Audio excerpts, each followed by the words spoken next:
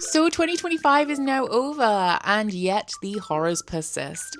And by horrors, I of course mean the stack of books still on the floor of my library after 2 years of Shelve It or Scrap It, the vlog project where I try and get these stacks of books onto my shelves or scrapped into my unhaul pile. The good news is that I've actually made progress this year, and so we only have 42 books left in the stacks, which is 29 books less than at the start of 2025. But I've now decided that this stack is our final boss of Shelve It or Scrap It, and to beat it by the end of the year, each month I'm going to divide the amount of books in stacks by the amount of months left of the year to determine how many books I'm going to have to remove from the stacks per episode, so that hopefully by the end of 2026, every book in the stacks will either find a home on my shelves or be headed into my scrap pile. In episode 23, I shelved 4 books and I scrapped 5, and we will be starting episode 24 with 35 books in the stacks.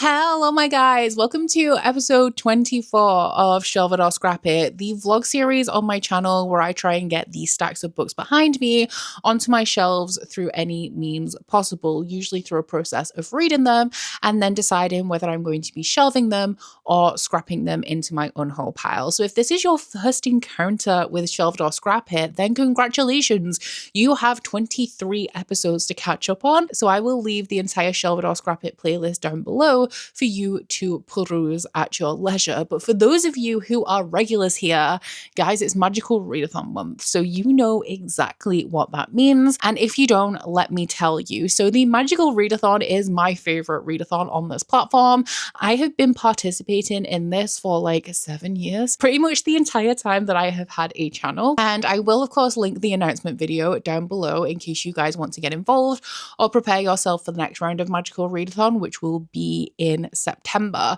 But this is a D&D Magic School readathon that is created by G over at Book Roast, where she provides a magical curriculum. So you need to pick your calling, which is your magical career. As always, I am training to be a demonologist. Each calling comes with a list of subjects that you need to pass, and then you can consult your syllabus to see what the prompts are, what books you need to read. We're actually not even 1 week into April where I'm starting this video, and I have already read 2 of the 6 books that I need to read this month, and I am about a quarter of the way through a third. So in this episode, I am aiming to wrap up all of the books that I have to read to achieve my calling for Magical Readathon, and then also potentially just fulfill a couple of more prompts to meet my requirements for this video. What are those requirements, you may ask? Well, as we discussed in the last episode for 2026, every month I'm going to be dividing the amount of books that we have in the stacks by the amount of remaining months that we have in the year, and that is the minimum amount of books that I have to remove from the stacks per episode. So if you include the month that we're in, which is April, we have 9 months left of the year, and we have 35 books in the stacks, which can I get a round of applause, because that is exactly the same amount of books that we ended episode 23 on. So 35 divided by 9 is just short of 4. 36 divided by 9 is exactly 4. So I'm going to be aiming to read/remove 4 books from the stacks in this episode. Apologies for the light as well. It is quite early in the morning. I don't normally film this early, so the sun has normally moved around a little bit and evened itself out, but I'm a little jet lagged, which is actually great because I'm on a UK time zone. I'm sleeping at night. I'm awake throughout the day, but I've just shifted to be awake a couple of hours earlier than I normally would. So everything I do in a day is happening a couple of hours earlier as well, which is why we're here right now. But let us find out what we are going to be reading to start us off. Because it's Magical Readathon month, I have already talked about a couple of the books, or all of the books that I'd like to read for the readathon in my April TBR video, but that did include some of the books that we would be reading specifically for Shelve It or Scrap It. So I think the most obvious one that I assigned to my TBR directly from the stacks is for elemental studies. The course focus this month is temperature controls, and the prompt is to read a temperature word in the title, e.g. cold, warm, etc. And for that one in my TBR, I did select a book from the stacks, which is Coldwire by Chloe Gong. This one is a pretty recent fairy loot book. Is it an adult? It's a YA. The reason I'm so excited about this is because recently, I think maybe over the last 6 months or so, Fairyloot have been including page overlays with their YA book boxes. I like to add them as I'm reading the book, not beforehand. So I haven't had the opportunity. I don't think I've read any of the most recent Fairyloot YA books. So I haven't had the opportunity to actually make use of any of the overlays. And I think overlays are so pretty. And this is going to be the first time I actually get to add them, which is very exciting. So this one is from the December 2025 YA box. I think it's a little bit of a dystopian, which is another prompt that I think we're going to be covering in this video. So, I mean, yay, considering that's not one of my favorite subgenres. But this one in particular, this is one of the fantastical synopses that is going completely over my head without much context. So this is set in a world where there is a cold war between two powerful nations, and the orphans of one of those particular nations are the people who suffer the cost, and they have to enroll in the military academy. So our main character is one of these orphans, and she is doing well for herself until one of these countries' most wanted anarchists frames her for assassinating a government official. So she then has to cooperate with him or go down for treason. And then we follow another character who is close to graduating, but then is ordered to infiltrate another one of the countries in virtual reality. So these two are tearing through the same country on separate courses. That was, I admit, a terrible synopsis. I am so sorry, but I'll be honest, that went right over my head, which happens a lot. I've talked about this before, but if it's something that's fantastical or sci-fi or whatever, sometimes I literally cannot process and summarize it unless I have some context of the world from actually reading the book myself. So I'm sure I will come back in 100 or so pages and be able to give you guys a better idea of what this book is actually about. So I'm just getting ready to start my book while I wait for my Korea vlog to export, and I brought my overlays down from upstairs, so I'm ready. And on the spoiler card it tells you where in the book each of the overlays goes. So very excitingly, the first overlay goes on chapter 1. So it says meeting in a dark corridor, which is indeed this one. This feels like it doesn't, but it does also kind of feel like annotating, but without actually annotating, you know, because I'm putting things inside of the book. Anything to scratch my annotation itch. I have a couple of books lined up that I'd like to annotate, but I'm not going to be reading them until at least next month. So overlays it is. I know a lot of people don't like overlays. I think they look really cool, so I'm very happy. I'll check in with you guys at chapter 3 when it's time to put overlay 2 in. So very sadly, I don't think I'm going to be continuing on with Cold Wire by Chloe Gong. I feel like I've come to this place where I'm super reluctant to DNF things again because I just haven't been DNFing this year. I think the only book that I've DNF'd was for an episode of Shelve It or Scrap It. I think it was Swordcatcher by Cassandra Clare, and in comparison to last year, I think I was DNFing like 2 to 3 books a month. So now I'm in this place again where I feel really bad if I decide that I don't want to continue on with a book. This I feel is especially sad for me because it is the second Chloe Gong book that I've DNF'd, and previously I assumed that Chloe Gong was an author that I was really going to enjoy. I mean, Chloe Gong is an incredibly popular author to start off with. I remember when These Violent Delights was released and everybody loved it. It was like one of the hottest books of the year, and that is actually the book that I DNF'd. I can't remember whether it was last year or I think it was last year. And I also unhauled Immortal Longings by Chloe Gong because I read it for the episode of Shelve It or Scrap It where I had to read books by authors where I owned more than one book from them and I hadn't read from them before, and if I didn't like the book I was reading, then I had to unhaul everything I had by the author. So Immortal Longings also left my collection, and when I received Cold Wire I was like, okay, I will give Chloe Gong a second chance because she's so well loved.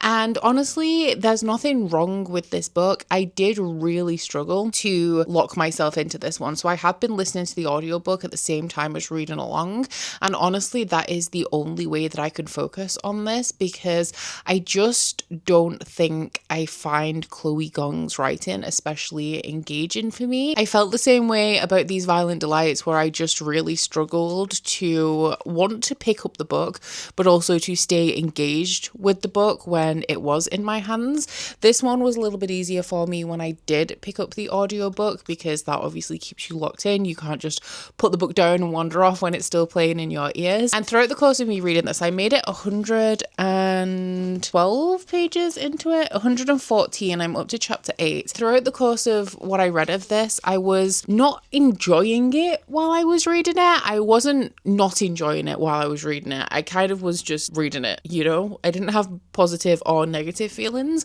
And then last night I did read a couple of chapters and I was like, why am I reading this though? Like, the level of enjoyment, level of engagement is just really not there for me. And as sad as it is, as much as I would like to love Chloe Gong, it's quite apparent that I don't.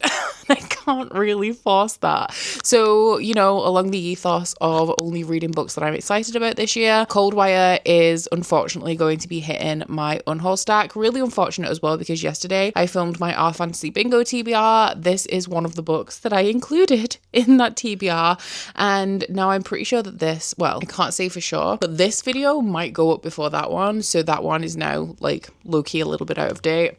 But what can you do? It was an easy prompt anyway, so I can definitely replace it. I will give you a little bit of information on this one though, if you guys are interested in picking it up, because like I said, I don't think that it was necessarily doing anything wrong. I was just really struggling to feel engaged with this one. You know what?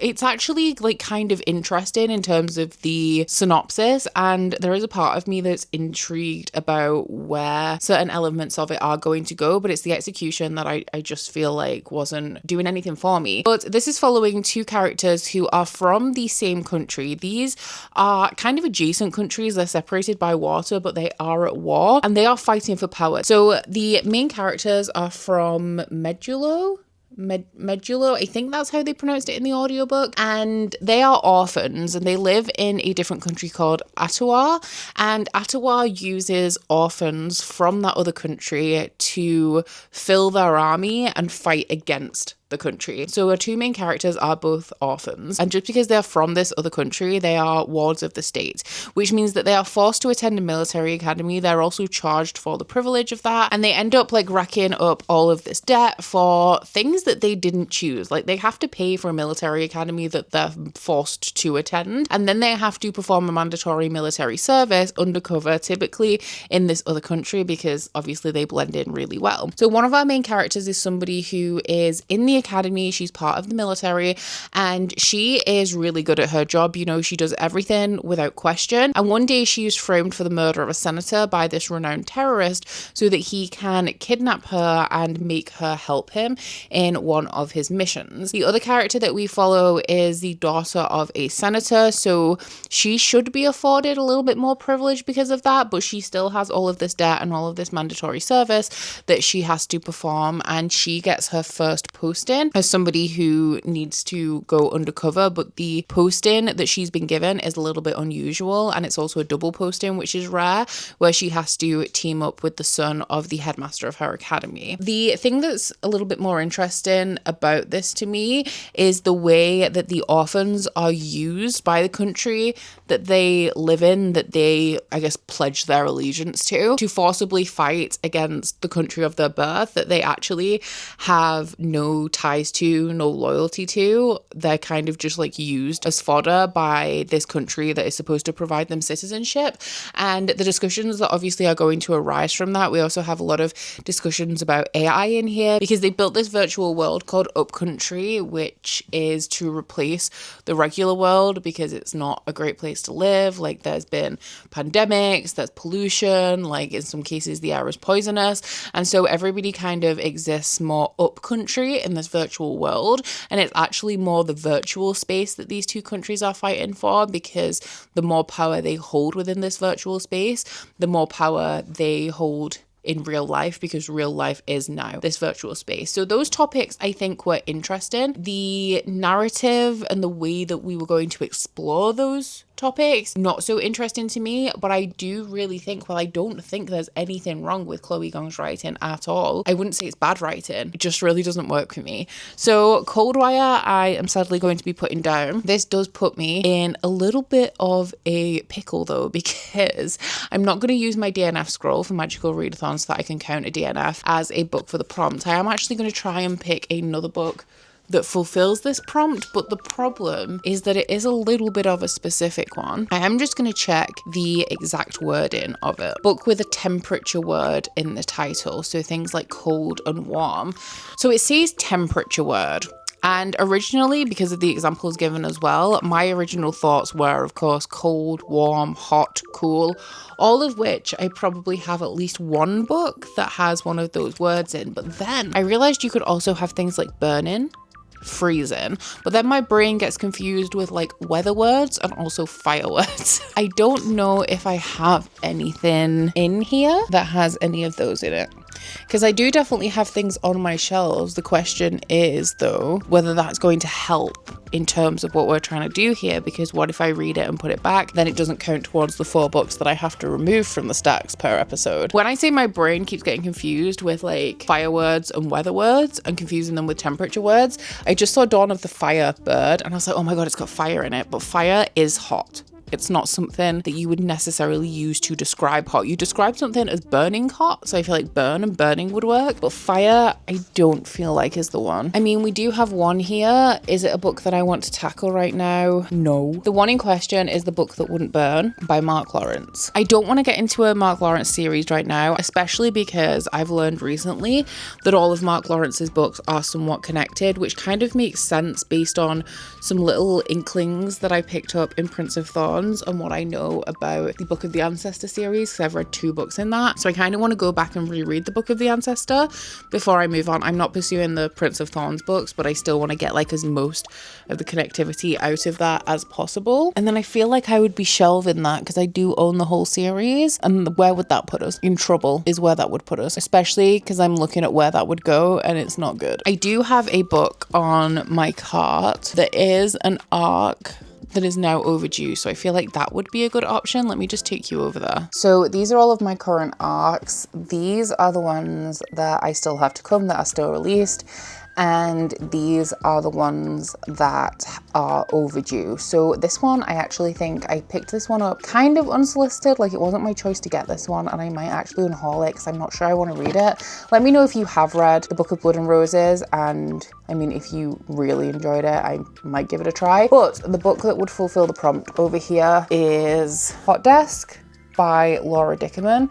This one was released in January this year, although I think it was released towards the end of last year in the US, and it's a pretty quick, I'm assuming, contemporary romance. So I had a quick look upstairs at my romance shelves because I felt like that would be a easy place, or the most likely place I would find a word like hot in the title. Unfortunately, I did not have any luck just having a quick look at some of the books I have behind me here, but no, I just saw The Ones We Burn by Rebecca Mix, which has been here forever.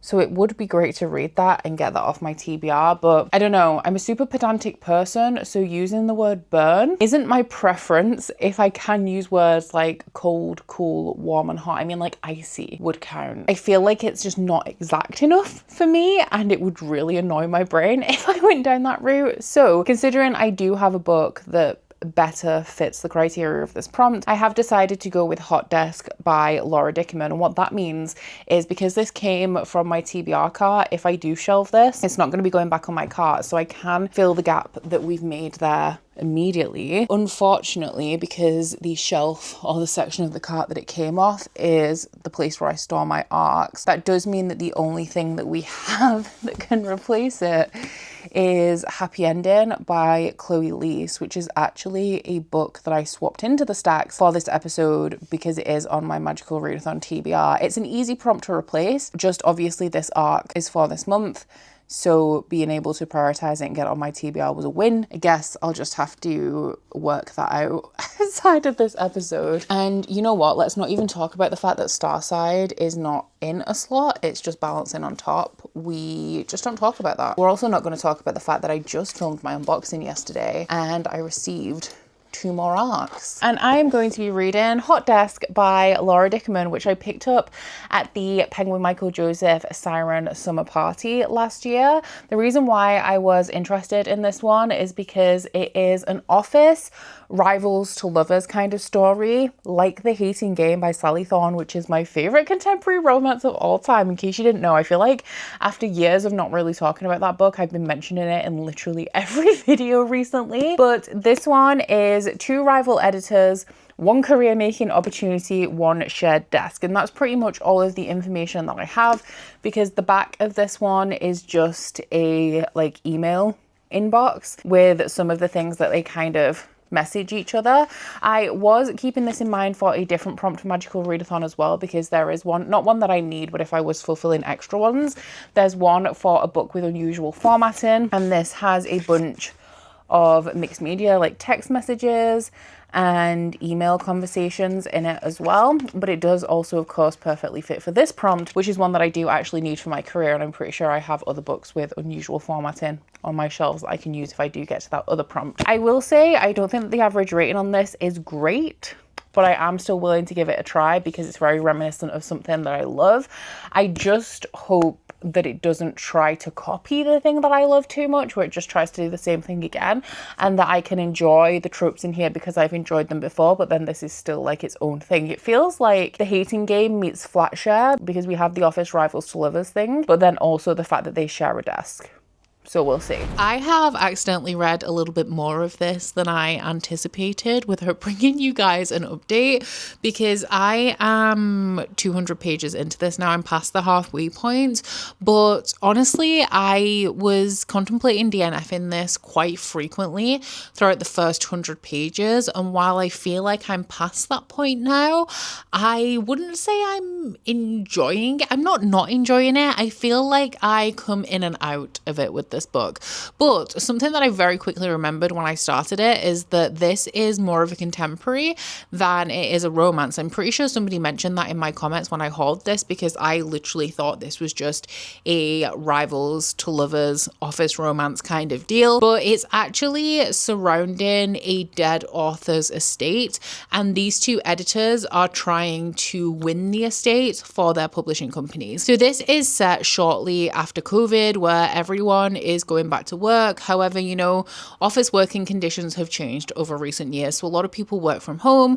A lot of people do hybrid work. So they're in the office for 3 days and then they're at home for 2 days. And this is following 2 people who are essentially hybrid working. So Rebecca has the desk on Monday and Tuesday, and Ben has the desk on Wednesday and Thursday. Something that is surprising me about this book actually is that it has a touch of Evelyn Hugo in it, and I'm really interested to see how that develops throughout the second half of this book, because an influential author has died. He is a male author who was writing in, I think, like the 70s, 80s. So a lot of his work at this point is a little bit insensitive, sexist, a tad on the problematic side. And both of these editors are trying to win this estate for their publishing houses, because they both work for different imprints that work under the same like umbrella company. There is a difference between them though, and I feel like Ben is ruffling my feathers because of this, as Rebecca has been personally requested by the widow of the deceased author to come in and look at the work and kind of pitch why it should be sold to her. Now, I do feel like the widow has an ulterior motive. In fact, I know that she does, because it turns out that she actually knows Rebecca's mother,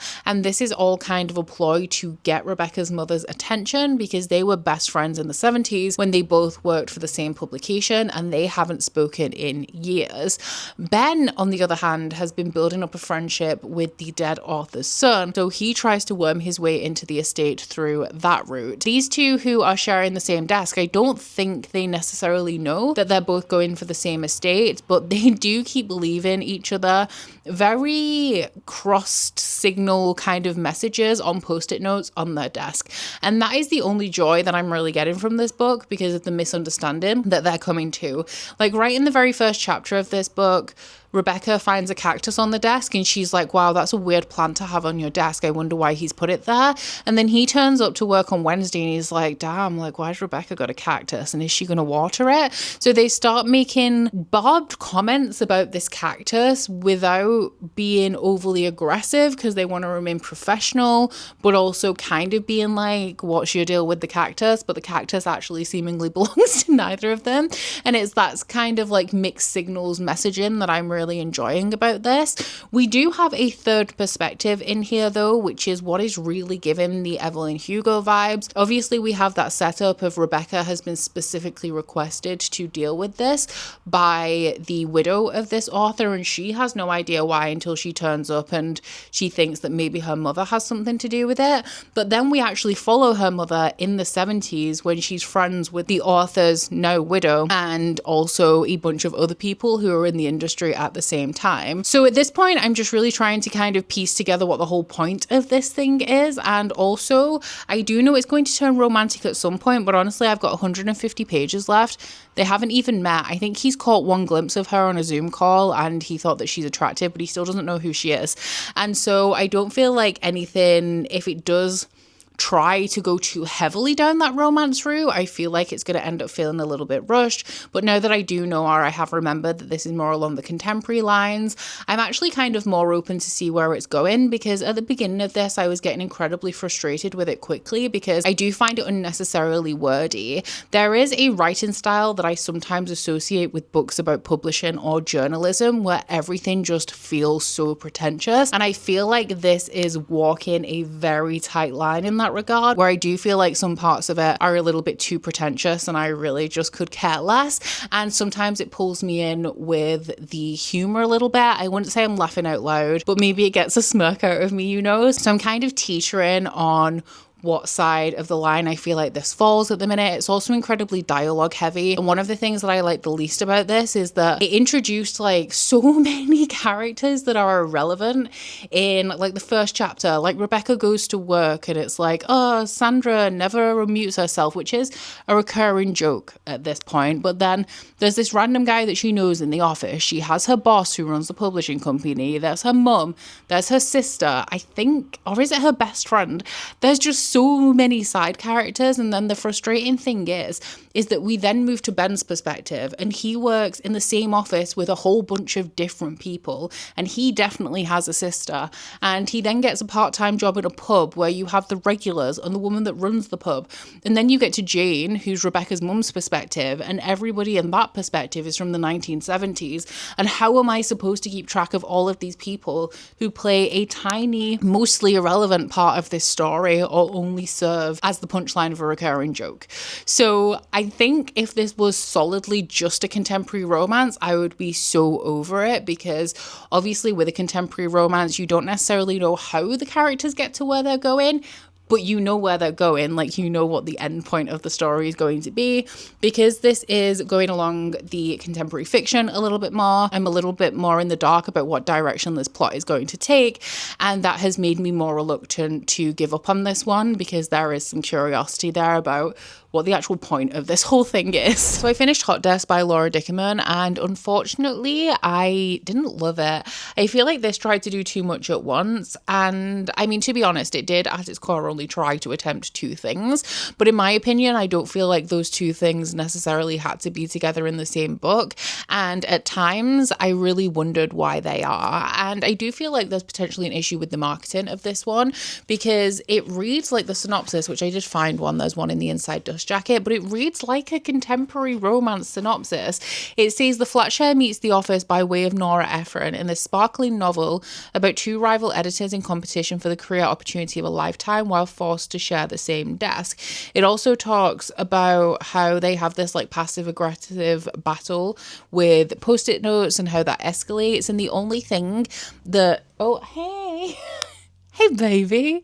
The only thing that actually hints at the core plot of this book is the last line that says, when secrets about the lion emerge, they are forced to ask what role do they want to play in his legacy. The comments on one of my videos are the only things that gave me a tip off that this was going to be more of a contemporary fiction story than it is a like rom-com-y romance. It does still very much have a humorous tone to it, but then the main point of this book, I feel, is that past timeline that we get from Rebecca's mother and what is going on, like what happened in her past with this author that is influencing the present day, and Rebecca and Ben's kind of humorous battle to be the person that wins this estate for their publishing house. However, the things that happened in the 80s are not funny. Like, this book deals with serious topics. It deals with sexual assault, sexism, power imbalances within the office, and the way that women were forced to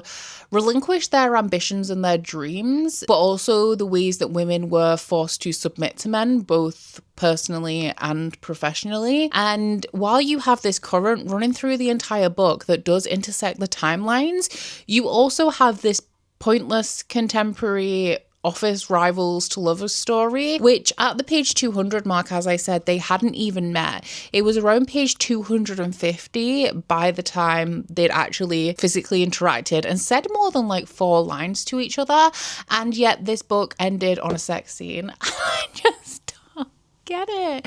I just don't understand. I feel like this book should have been one or the other. I don't know why it had to be a romantic story when you consider like the real part of the plot, the fact that this is both a contemporary fiction and a romance, but not in the it's one cohesive story that is both of those things. It's that there are 2 separate stories going on here. One is a contemporary fiction, one is a rom-com. I don't know why they exist in the same book. And then do you remember all of those side characters I was talking about, where I felt we had way too many of them introduced into every perspective, which made the beginning of this book feel like very, very cluttered? At the end, we had a series of news articles wrapping up what happened to all of these random side characters that I barely even remembered the names of and had forgotten about by this point. Like, I don't care how their story ends.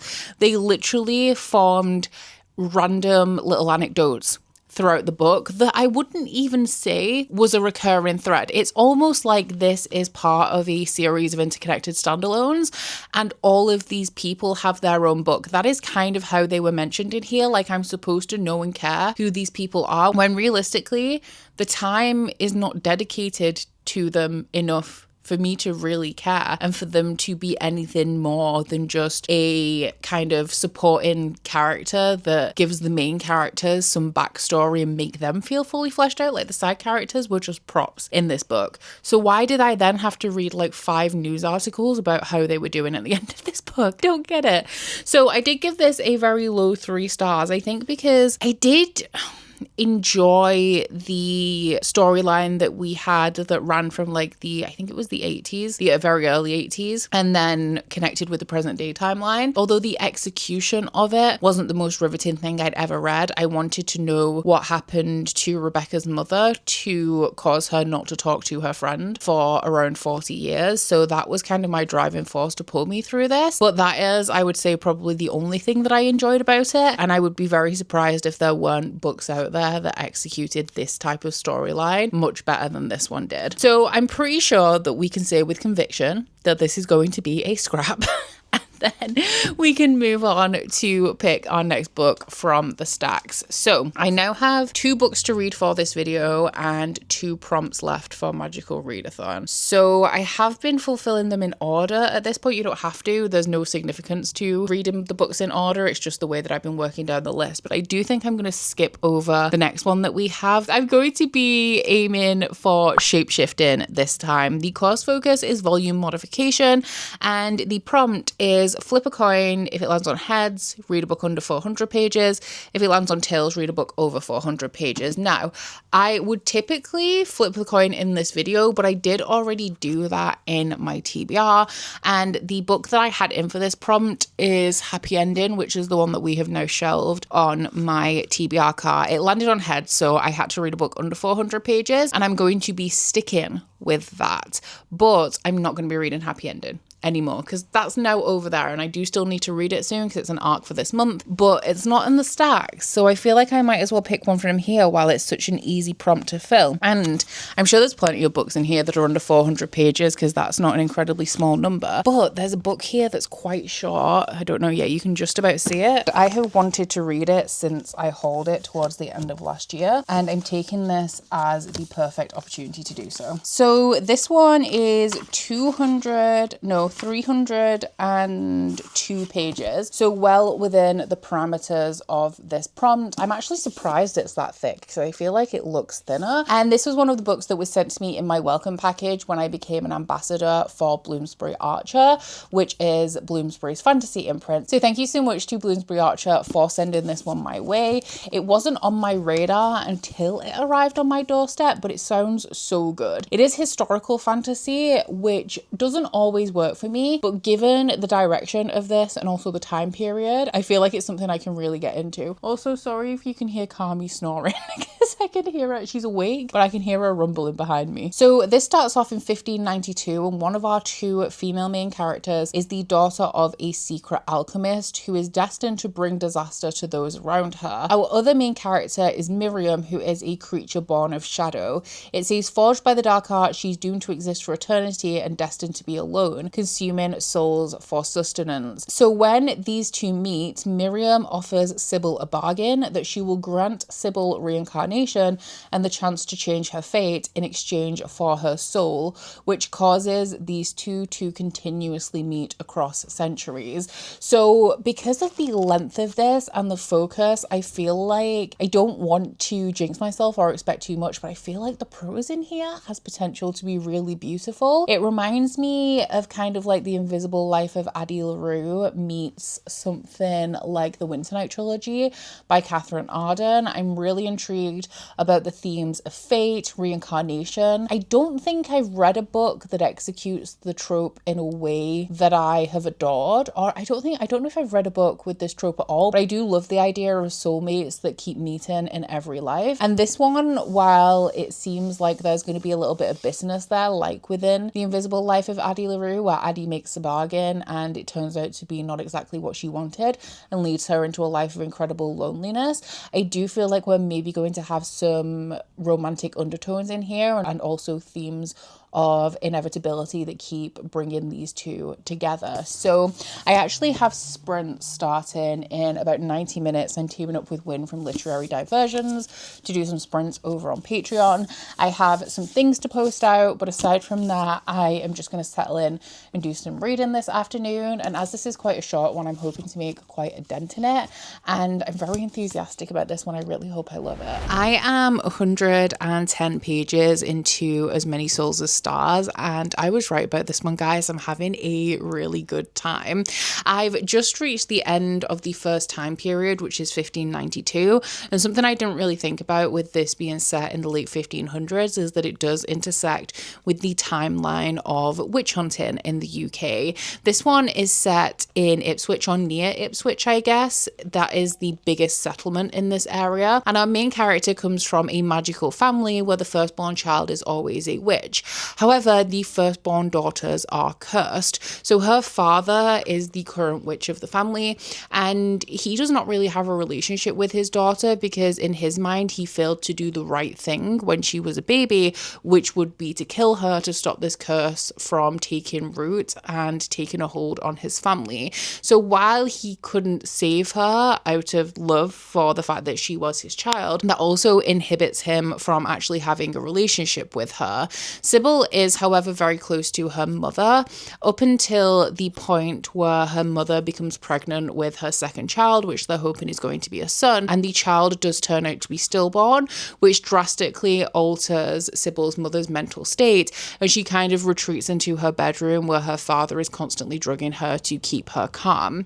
So eventually Sybil comes of an age where she then becomes the head of this family because gender doesn't matter in this regard, and she is struggling to kind of keep it together. She's a woman, so things are expected of her in terms of where she can and can't go with or without a chaperone, and eventually fingers start to be pointed towards her when the witch hunts are gaining a popularity. So our secondary character in here is called Miriam, but that is only because that is the identity that she has assumed. She is a creature born of shadow and darkness. She is not anything in particular. She's not an angel, she's not a devil, she's not a demon. She is just this dark, shadowy entity, and she eats souls because she does not have one. So she makes bargains with mortals that often work in her favor because the mortals aren't clever enough to be particular about their words. And when Miriam meets Sybil, she has the brightest soul that she has ever seen, and so she knows that she has to devour it. However, Sybil has no desire to make a bargain with Miriam, and Miriam just cannot take this. She's never been denied in her life. Nothing she can offer Sybil is good enough, so she keeps trying and trying and trying until Sybil's back is against the wall. The witch hunters are coming for her, and Miriam is her only escape. So they make a deal that will allow Sybil to live again. She will be allowed the same lifespan that she has. So in her next life, she is once again going to die at 23 years old, and she would like to be reborn again into the role of the cursed firstborn daughter of her family, so that she has the opportunity to break this curse amongst the firstborn daughters, so that going forward they can be free of this burden. And the deal that she makes with Miriam is that if she doesn't succeed, well, Sybil's soul, which is already the brightest one that Miriam has ever seen, is then going to be twice as strong because it is going to meld with the soul of who she will become in this next life. So if she fails, Miriam will get to consume her soul, which will then be twice as powerful.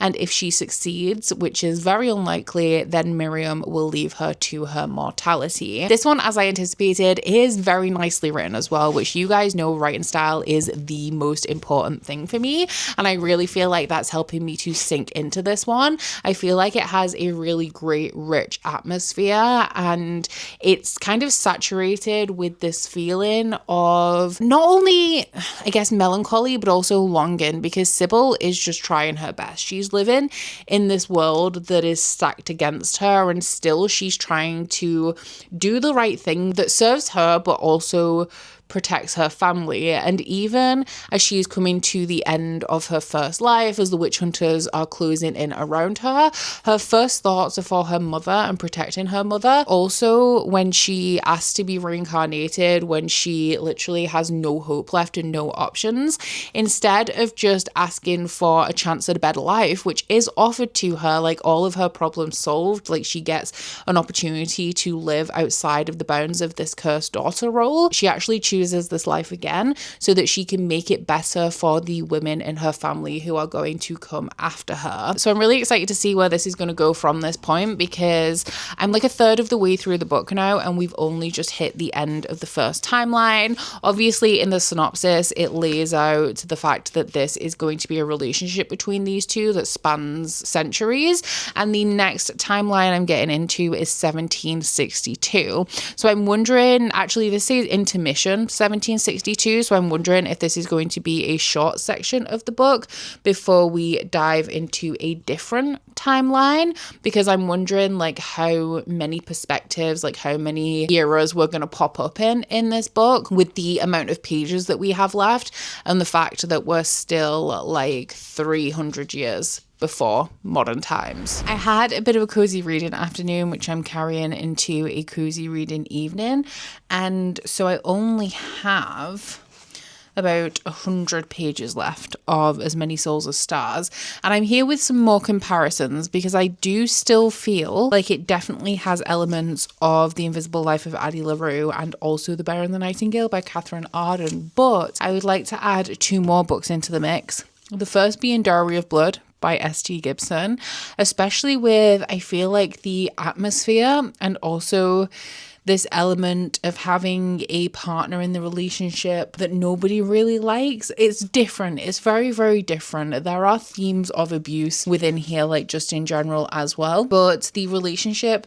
that we have between Miriam and Sybil is, I don't want to say it's necessarily romantic. I feel like on Miriam's behalf, it's a little bit obsessive. Like she's seen this soul that is so bright that she cannot have. And so she is desperate to claim it, especially because Sybil is so resistant to her and she can't really seem to offer her. Like it takes her a long time to offer her something that she actually wants and is willing to make a trade for. But because Miriam is enamored by her, she makes concessions that she wouldn't ever make for any other mortals. And then from Sybil's perspective, we see that she does desire Miriam, but she also doesn't like Miriam and what Miriam is. Now, I thought that this was going to be a little bit of a reclamation of power, especially because we're following female protagonists in a time period that doesn't treat women favorably. So I thought we were going to see Sybil maybe turn to the dark side a little bit and embrace Miriam's darkness and the relationship that they've kind of forged, and this whole like shadowy magical element in an effort to kind of rage against society that is forcing these women into their current positions, especially because the only reason why Sybil is cursed is because she is female. The female line of this family are the ones that fill the balance for the men. For the men to be all powerful and to be able to channel this incredibly powerful magic, the sacrifice that the family has to make is that the firstborn daughters are cursed. So they're essentially what foots the bill of this power exchange that was made by their ancestors. And that kind of element that we have going on, I don't know that Sybil is going to go that way. The way that we're kind of feeling now, I think that she is very drawn to Miriam and she has a lot of desire for Miriam, but she doesn't appreciate the fact that Miriam goes around eating souls, essentially, which, you know what, valid. But that kind of element reminds me a lot of Bury Our Bones in the Midnight Soil by V.E. Schwab. And I feel like if you enjoyed that book, but like me, did not appreciate the modern perspective that we got, then you may enjoy this one. These two remind me a lot of the two characters that I loved in Bury Our Bones in the Midnight Soil, because I'm very hit or miss with V.E. Schwab. Some of her books I've loved and some I've really disliked. That one for me was difficult because I loved the perspective of Maria. Lottie was okay. She wasn't my favorite, but I feel like she added more to the story than the third perspective, which is the most modern perspective of Alice, who I did not like at all. So having a story that is reminiscent of the best parts of Bury Our Bones in the Midnight Soil and doesn't have currently any of the elements of what I didn't like about it is definitely working in my favor. So I finished As Many Souls as Stars and I did thoroughly enjoy this one. I think that the comparison to Bury Our Bones in the Midnight Soil still stands, as this is a story that is very romantic in nature. It hinges on a lot of romantic feelings between our two main characters, or four main characters, depending on how you look at it. But I would definitely not call this a romance. And I am somebody who loves stories that are romantic. I love romance to be included in the stories I consume, no matter what medium they are. But I do sometimes get a little bit weary of the romance genre because you know it's always a done deal, which I didn't realize when I first started reading romance. But I do believe for a book to be categorized as a romance, it has to either end in a happily ever after or a happy for now. And sometimes that level of surety is just a little bit boring for me because I love to consume all love stories. I love to consume ones that end happily with people riding off into the sunset. I adore love stories that end in tragedy. And you know what? I actually also really enjoy love stories that involve people being toxic and messy to each other. I love all versions of love and all versions of love stories, but sometimes for me, I feel like it is a little bit more interesting when you have a romantic story that does not necessarily mean that we are following two people who are going to live perfect, happy lives together. And that is the kind of love story that this was for me. I also do really like that it did feel reminiscent of Bury Our Bones in the Midnight Soil, because I enjoyed that book. I enjoyed a lot about that book, but I really hated the perspective of Alice. I thought that she was borderline unnecessary and for the part that she actually played within the plot. So I really enjoyed that with this. I read a story that was very reminiscent of especially the beginning, like the first half of Bury Our Bones in the Midnight Soil, but without all of those parts that really got on my nerves. I do wish that this was a little bit longer, which is always my complaint with shorter books. We do go through 3 iterations of Sybil's life in this one. I do feel like it could have been expanded upon. We could have had more reincarnations. The plot could have been fleshed out a little bit more. And just as somebody who loves more, who loves to spend a lot of time in a book, I feel like it would have hit a little bit harder for me that way. But still, I thoroughly enjoyed this one and would definitely recommend it for fans of all of those series or standalone novels that I've talked about while I've been reading this one. I actually want to look up this author as well, because I haven't read anything by her or really heard of anything by her, I think. Although looking at her author photo, she looks familiar, interestingly, but it says in her bio that she's a writer of historical fiction, fantasy, and romance. So I want to look into what other books she's published, because I did enjoy this one so much. And I'm actually finding, for somebody who doesn't like historical fiction and always says like, oh, you know, historical fantasy, kind of boring for me sometimes, I actually do think I really like historical fantasy when it's in certain time periods or when it has a certain focus to the narrative. I just find it really interesting. Although I couldn't pinpoint for you what specific elements a historical fantasy would have to contain for me to love it. I do know, as I mentioned before, that I really like that time period where folklore is kind of dying out and Christianity is coming in, and you have the parallel between the two and the way people treat the two. But aside from that, like, I couldn't tell you what exactly it is I like when I like historical fiction, but it looks like it might be a subgenre that I actually may pursue in the future, which I honestly never saw coming. But because I enjoyed As Many Souls as Stars so much, I am going to be shelving this one.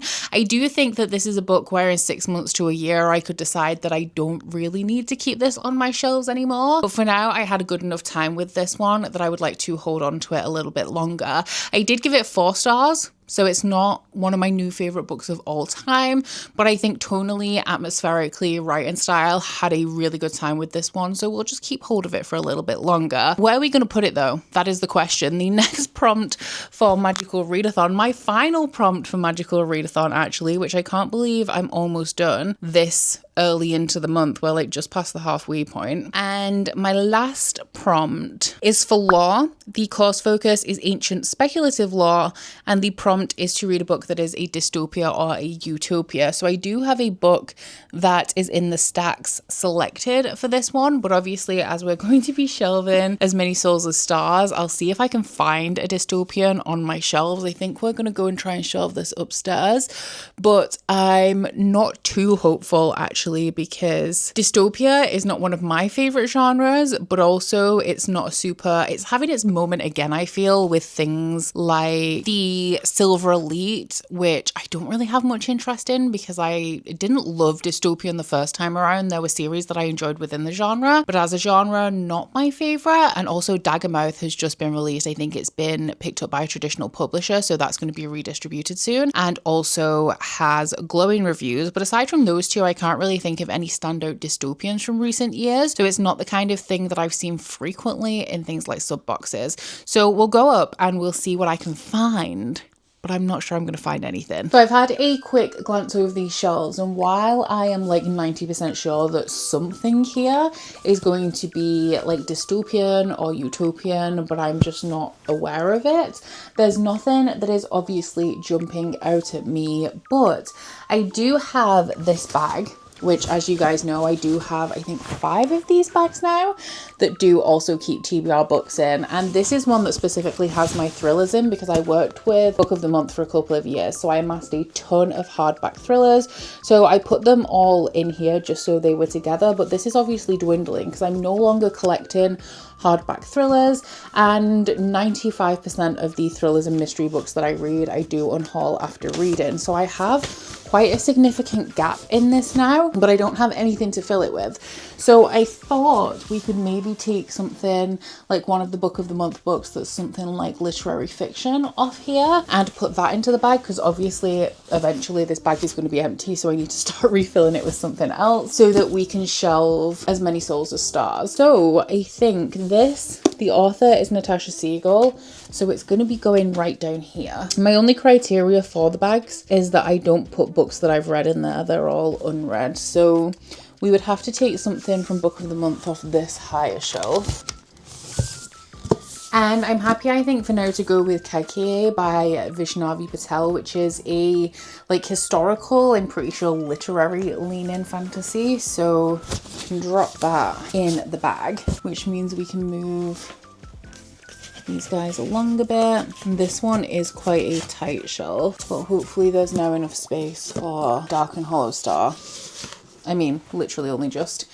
And then down here, we can put As Many Souls as Stars. There is a little bit of space there, but I don't think there's room for another book at all. What's this one? I'm pretty sure that this isn't dystopian. No, this is like gothic, dark academia. And on that note, let's go back downstairs and find a dystopian book to read. So this is what we currently have left in the stacks. I was looking, because I did a quick Google when I was upstairs, and I didn't realize that To Cage a Wild Bird by Brooke Fast is a dystopian romance. I do have that, but I think it's on the little bedside table shelf in the spare bedroom upstairs. I did think that it might be down here, but alas, it is not, which is fine because the book that I had on my TBR for this prompt was Poster Girl by Veronica Roth. So realistically, if I wanted to, I could go upstairs and pop this on the shelf in exchange for To Cage a Wild Bird and read that instead. But I do think I'm going to be sticking with Poster Girl because I've actually had it a lot longer. And of the two, I actually think that this is the one that I'm more 50-50 about. So it's one that I would like to get to just to figure out if it's for me or not. So Veronica Roth is obviously the author of Divergent. Now, when I was saying back in the day, there were a few dystopian series that I enjoyed. Unfortunately, Divergent was not really one of them, which is why this book has not been a super high priority for me.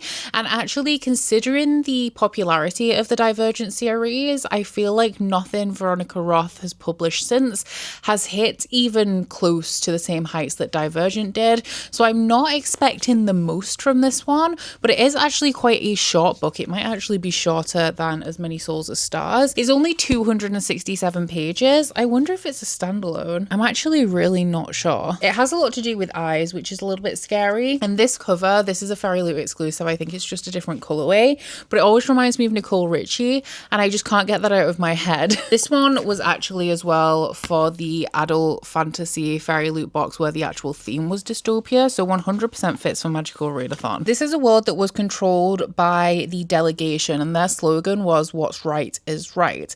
And there was an ocular implant, I'm assuming that everybody had it, that tracked every word and every action, rewarding or punishing by a rigid moral code. So then there was a revolution and the delegation fell, and its most important members were locked up. And our main character was the poster girl for the delegation. So whether she actually aligns with their ethos, I guess we'll find out. But I think it's been 10 years since she was imprisoned and an old enemy comes to her with a deal. Sounds interesting enough. I'm mainly just wary about this because I haven't really loved Veronica Roth in the past, and of all of the different little niches of the sci-fi genre, dystopia isn't my favorite. But saying that, Scythe by Neil Shusterman, I have read in more recent years, and that's one of my favorite series of all time.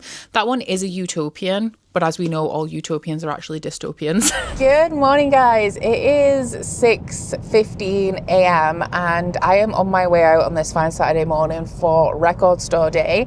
And I do have my Kindle with me. I checked on Libby last night because I knew that I was coming out super early in the morning to see if I could get an e-copy of Poster Girl, because I'm going to be stood in this queue outside the record store for 2 hours. And I did indeed manage to load it onto my Kindle. So my plan for the next couple of hours when we arrive is just to stand there and read, but I'm already like 100 pages into this book, and so I think that there is a good chance that I'm either going to finish it in the queue or get very close to doing so. So I need to give you guys an update on this. I am going to keep it brief because obviously not the best circumstances for a vlog update right now, but I am actually surprisingly very much enjoying this one. I need to check if it is actually a standalone because I'm not sure at the minute. I haven't seen a sequel as far as I'm aware, but that doesn't mean that there's one out there that I just have missed. But this one is of course a dystopian story, and it's following this girl called Sonia, who I think she's actually like 26 or 27 now, and she was the poster child for the delegation, which was this oppressive regime where you would earn money by doing good things for people. So if you saw somebody crying and you gave them your handkerchief, you would actually earn money, or like a Bitcoin kind of currency,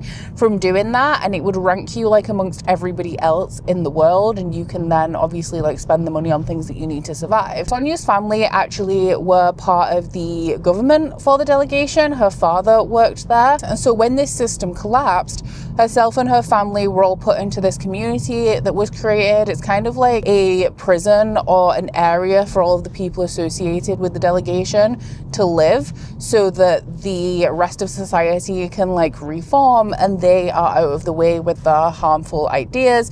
It stops them from being in like a legitimate prison because a lot of them are like families, some of them were children, but obviously they're not afforded the same privilege and like rights as regular citizens.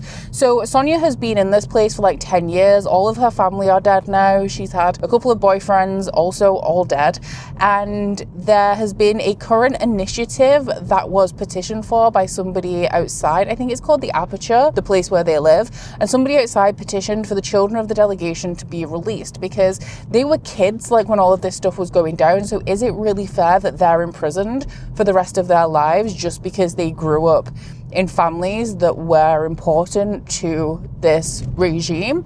So all of these children have been released into the world to live normal lives. However, Sonia was a little bit too old when everything went down to be included as one of these children.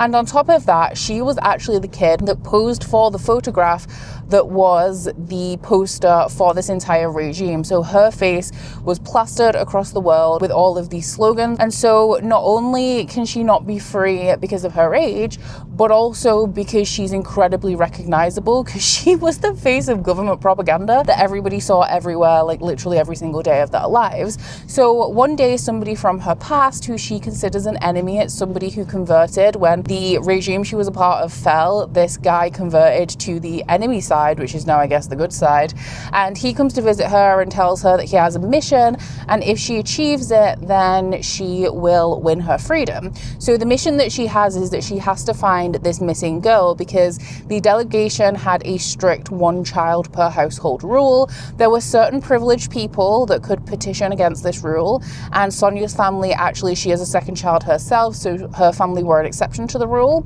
But if anybody else, like a normal person, a normal family, had a second child, as soon as the government found out about it, they would take that child and rehome them to families that couldn't have children. And the way that this entire world is policed is that they have implants in their brain so that the government can essentially use their eyes to see everything. So there's no hiding, and that essentially encouraged the citizens of the world to do the police work. Like they would turn in their family members, their neighbors for bad behavior, and they would earn coin and earn points for it. So Sonia is tasked with finding one of these children who was rehomed, and typically there is a lot of documentation that goes along with this. Like it's a completely legal process, so there would be adoption records for every child, but this one child called Grace is the only kid that was rehomed in this way that they haven't been able to find to put her back with her original family.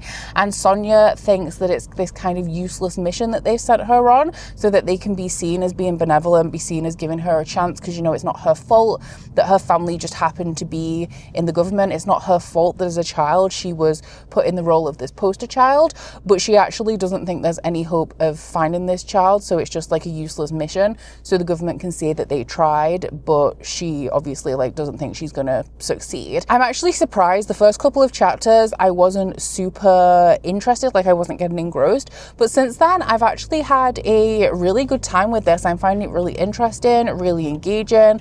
I've flown through the first 100 pages. I am a little bit wary knowing that this is potentially a standalone, with it just being 250 pages as well. I don't know if there's a sequel, and it also isn't very long, so I'm hoping that it can bring itself to a conclusion well, because I mean 250 pages for a full story, especially when where I'm up to now 100 pages in, this seems to be progressing at the pace of like a regular length novel or like the first book in a series.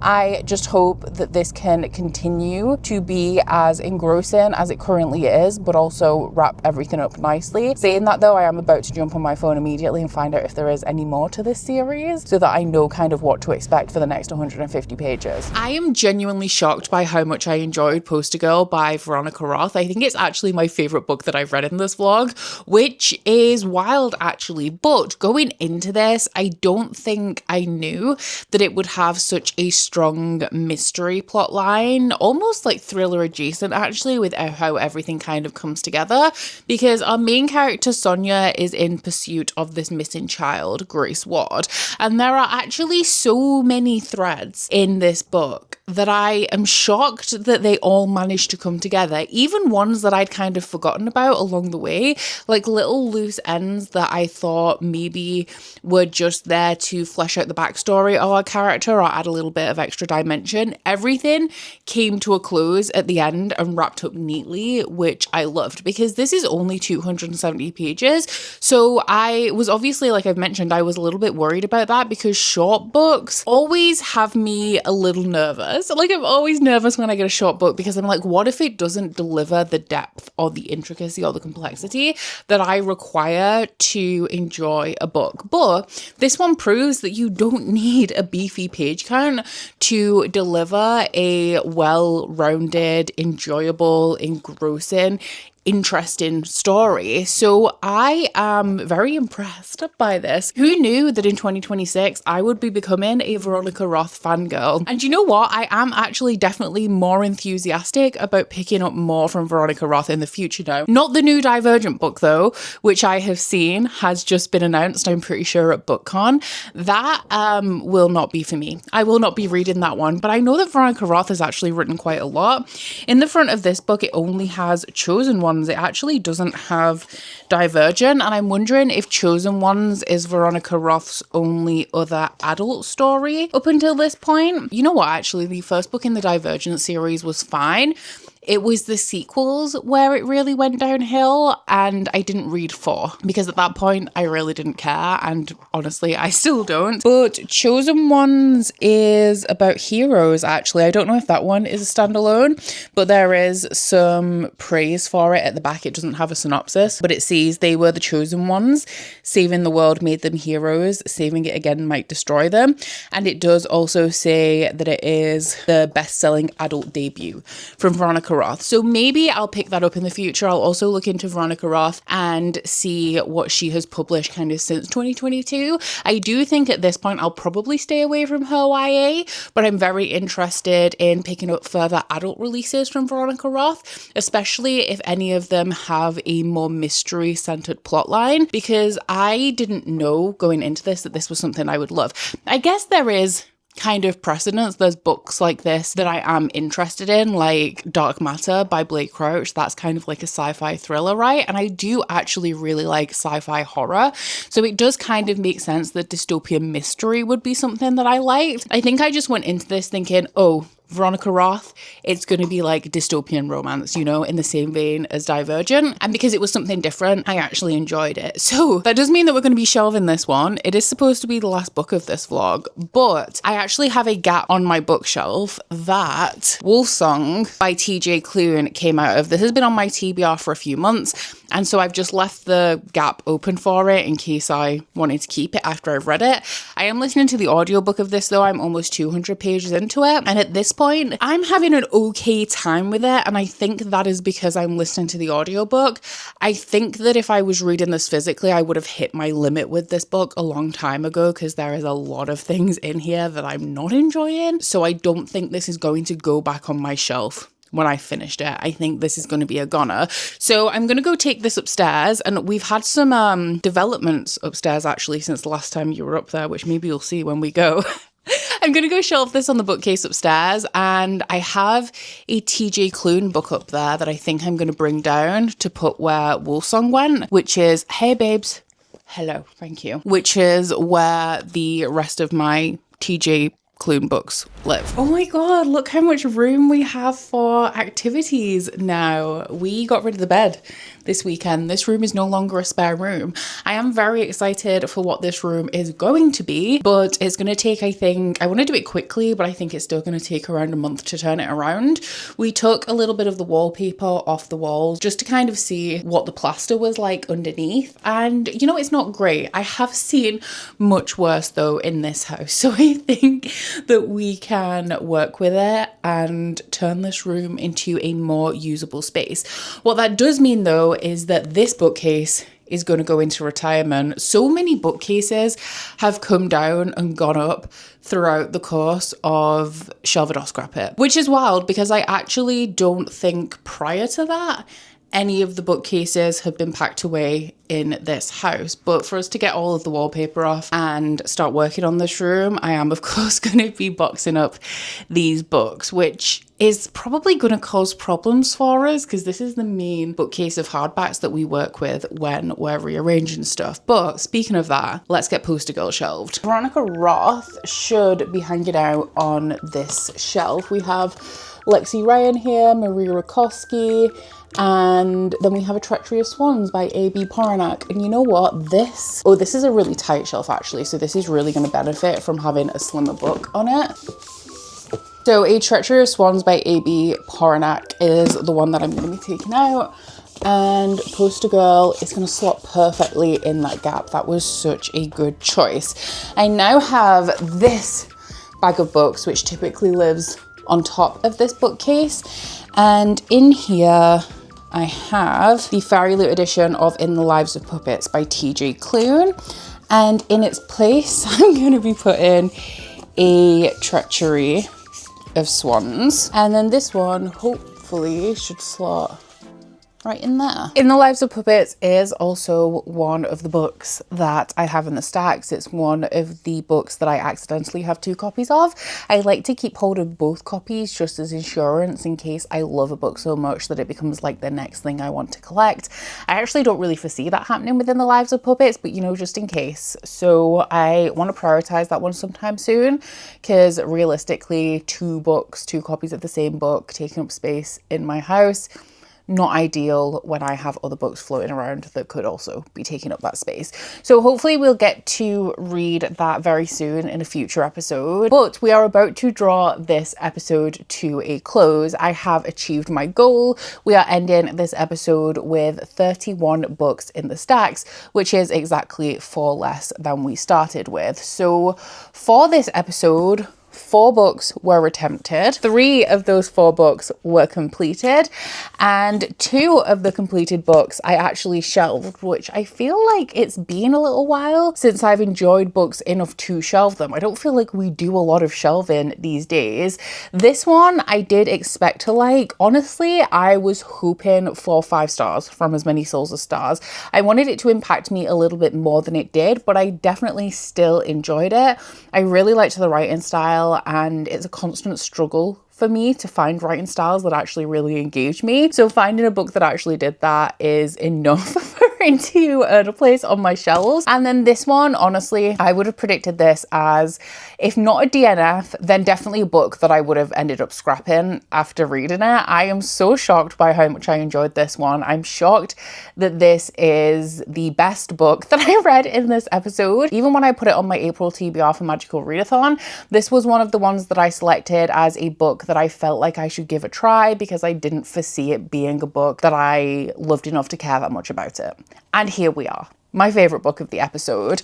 So of the books that we scrapped, there are of course also 2 of those. This is a book that definitely I could have done without reading. I definitely should have DNF'd this. The outcome of the mystery was not really worth having to slog through everything else. I still think that this book is very confused, and I'm glad that this one is going to be leaving my home. And Cold Wire by Chloe Gong was our only DNF of this episode, my second DNF of the year. I am really sad that I don't like Chloe Gong as well, because I feel like I've only heard amazing things about her as a person, and I want to support good people. This is why I struggle with meeting authors these days when I haven't read anything by them, because I've met so many like wonderful, lovely people and then not enjoyed their books, and I feel bad about it. Thankfully, I haven't actually met Chloe Gong, but everything that I've heard about her, she's the sweetest person, so really sad that seemingly her books are not for me. This is 2 DNFs now in 2 genres from Chloe Gong, so I feel like it really is time for me to call it quits here. So that does conclude episode 24, I think we're on, of Shelve It or Scrap It. And actually,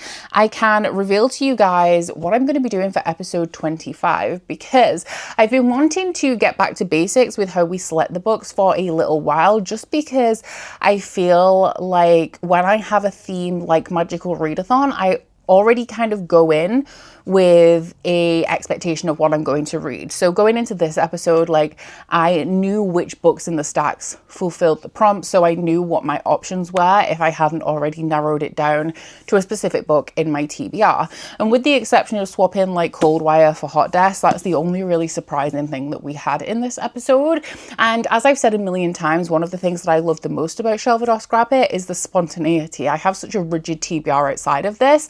I like that I get a handful of surprises in my month when we do this. So I am going to just be using a random number generator to select the books that we read for the next episode. I anticipate it is going to be around 4 again, but I'm just excited to bring that spontaneity back a little bit before we move on to another theme for episode 26. So do stay tuned for that if you are at all interested. The next vlog on my channel is going to be another ultimate book video where I do some book shopping, read one of my most anticipated releases of the year, which I'm so excited about, and also a couple of other bookish related things. So if that does sound interesting to you, then please stay tuned for that as well. But aside from that, guys, I do hope you've enjoyed this vlog if you've made it this far. If you have, please don't forget to like if you liked it and subscribe if you wanna.